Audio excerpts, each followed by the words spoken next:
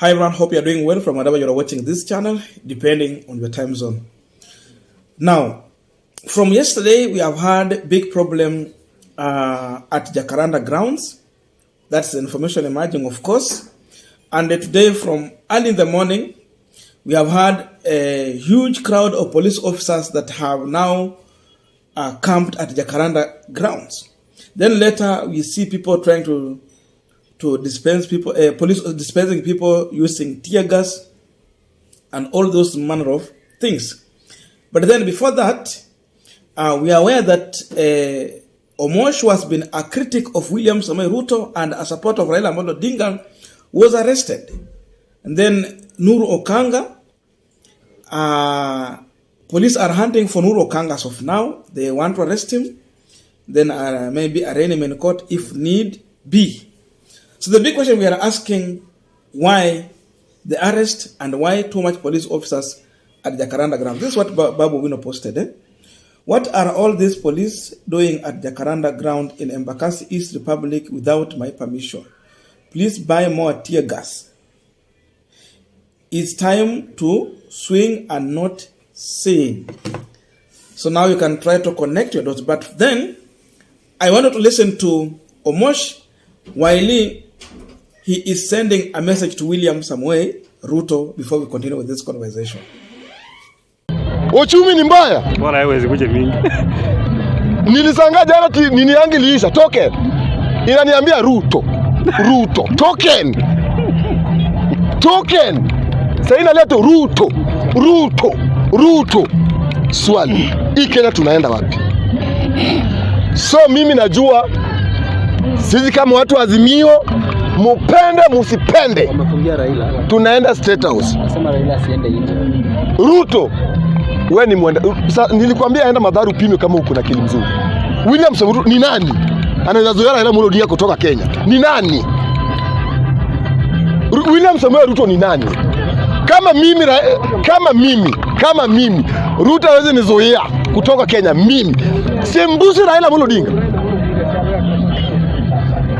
Baba fanya kitu ya enda Amerika, ndio usiende, wanaweza kukuua. Baba usiende Amerika. Amerika tuwataki pia. Hatutaki watu wa Amerika. Haja mwa kuna niambana na wewe baba. Enda Russia, Germany. Wa Amerika wako na niambana na Raila Odinga. Enda Israeli, enda Russia na Germany. So baba Raila Amolo Odinga, mwambie Mos president ya Kenya, sio people's president ya Kenya, mwenye tulimpigia kura wakaiba. Na kitu mimi najua mwenye alibia Raila Odinga kura ajaye kufa bado wako. Na mimi kwa kila siku naomba Mungu akufanyie kitu. Najua siku yenye Mungu atafika Kenya. Mungu ukifika Kenya, anza na Chebocheta. Pesa zote, hakuna pesa. Pesa zote yuko tubu ya Chebocheta. Watu wanaumia. Pesa Kamago hakunayo. Na mnatuambia kuna pesa Kenya. Sasa tunaenda maandamano. Hizi siku 10 zikiisha, tutaenda State House. Na tutaki watu wengi. Baba sisi kama watu wa Nairobi tumetosa kutoa William Samoei Ruto kwa kiti. Na hizi kitu tunafanya sio kitu mchezo. Na si tafadhali. Hii kitu tutaki mchezo. Hii ni kitu yenye iko serious. Ndio tutoe Ruto kwa kiti. Baka tujipange. Na ndio nimesema kutoka leo tuko training ya kutupa mawe. Tunafanya training. Tunajua kuna bunduki na sisi tuko na mawe. Nikimalizia. Baba Raila Amolo Odinga, kitu ufanye. Hizi mambo ndogo ya kuenda State House baba. Tafadhali kama hapa Jacaranda utuachie. Baba tuachie watu 500 peke yake. 500. Tunataka hiki tufanye siku 3. Tuende ya kwanza atufiki. Tuende ya pili tukaribie kidogo ya gate. Ya tatu tuingie ndani.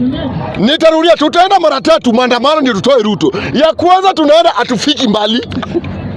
Ya pili tunafika kwa gate. Ya tatu tunaingia ndani. So baba, sisi pia tunajipanga. Juu kama ni maombi tumeomba. Kama ni uchawi tumefanya. Hakuna kitu jaifanya. So kitu imebaki tutaenda hiyo maandamano na ni uchi. Venye nilisema, asanteni sana. Now we are continuing with the Punchline discussion, but just a quick request for those who are watching and you are not subscribed, please consider subscribing. To our returning subscribers, I must say thank you so much, and again to all our viewers, please give this video a thumbs up. Thank you so much, and back to this discussion. Now, we are all aware that people have been counting days. They are counting days, and they are preparing for the mass action in this country. I think we are remaining with 5 days. That was an ultimatum from Raila Odinga, and there were several issues he was mentioning, starting from the high cost of living, going to matters to do with the security, insecurity, the issue to do with the unemployment. Then now we have the new thing in the town, the ruling that favored the LGBTQ plus community. And now he said that they have to open the server.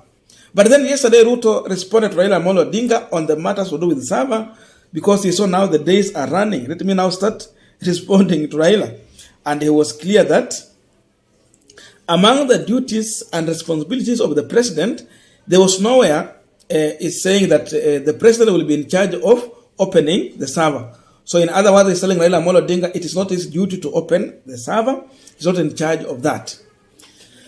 So you put this one together, and how the youth have been tear-gassed from the Karanda ground, because that's the place where the youth normally meet to discuss, because hiyo ndio bunge la wananchi, where people will come to discuss matters facing their country, give their views, na hata wengine wanatoa stress in that manner. But then these people are saying that no way, this ground will not be used for those kind of discussion as of now. It only points to one thing, that William Samoei Ruto is confirming that he is in fear of unknown. And what is this that is unknown? The mass action that Raila Odinga had called for in 5 days' time from now. He don't know how it will turn into, and when Raila will call for this one, because after 5 days, then Raila will just wake up any time or any day, and he say mass action from now. So it's a sign of fear. Because how do you go and in fact look at the people that he's dealing with? Those boys, when they criticize William Samoei Ruto, the best thing to do is to assume them. These are just youth. But now going to an extent of harassing and arresting them, it means Ruto is too petty to deal with even small issues that some of his close allies and the youth needed to respond to the other youth. So there is also a sign of lack of strategy. So there is fear, lack of strategy. And you see they are saying that they will be marching to State House. There's nothing will stop them. So wanasema kwamba sasa watu wameanza kuokota mawe, wanapanga mawe ya. Those are the things that they're trying to say here. But I think picketing is allowed. It is in our constitution. People have a right to picket. I don't know why police officers are dispersing people who are just meeting to discuss what they are facing in this country. These are not goons. These are not militia. They're just Kenyans who don't have any weapon. They're just talking. So you can look at that. Then you can tell really there is big problem. But then we understand this act also means that Ruto is trying to send a signal so that he put fear in the youth that whatever you are planning to do, I'm going to deal with you. I will arrest you. I will tear gas you, and I will not allow you to do it. So again, that's the message he's trying to send. But then the big question is that, does youth have anything to lose as of now? Number one, we are hungry. Number two, we have nothing. So getting out and demonstrating is the only thing we can do. No job, and we are hungry. So what do we do? There's no option. People will go into that direction. And many people are now more angry with William Ruto, the way he's doing. And you see, the ruling in the Supreme Court, of course, you are all aware, that favored the LGBTQ plus community. Now they can associate, they can have their meeting, and they sell the agenda, of course. Churches are now joining Raila Odinga. And from yesterday, you could see even the Islam community, the Muslim community, are now coming out to rally behind Raila Odinga because they see like William Ruto is a compromised president. He has been compromised by some individuals who have their own interest in matters to do with Kenya. So everyone is not happy about him. That is the situation. And Ruto is actually desperate to do this. He now knows that the church has been hiding behind is against him. And whoever will come with a plan to destabilize him or remove him from power, then other people are going to support that plan because they are not comfortable with the current situation happening now. That's where we are. But the question is, will he manage? Because if people will turn out in huge numbers in that demonstration, you cannot just shoot anyhow. If you try that, then you are causing massacre, and you will be calling for anarchy. It will be easy for people to call you an anarchist. I don't know if Ruto is ready to go into that direction, because again, we also have Hague is there waiting for people also. So whatever he does, and the manner in which he does those things, he has to be cautioned. Because ICC Iko inaangalia pia.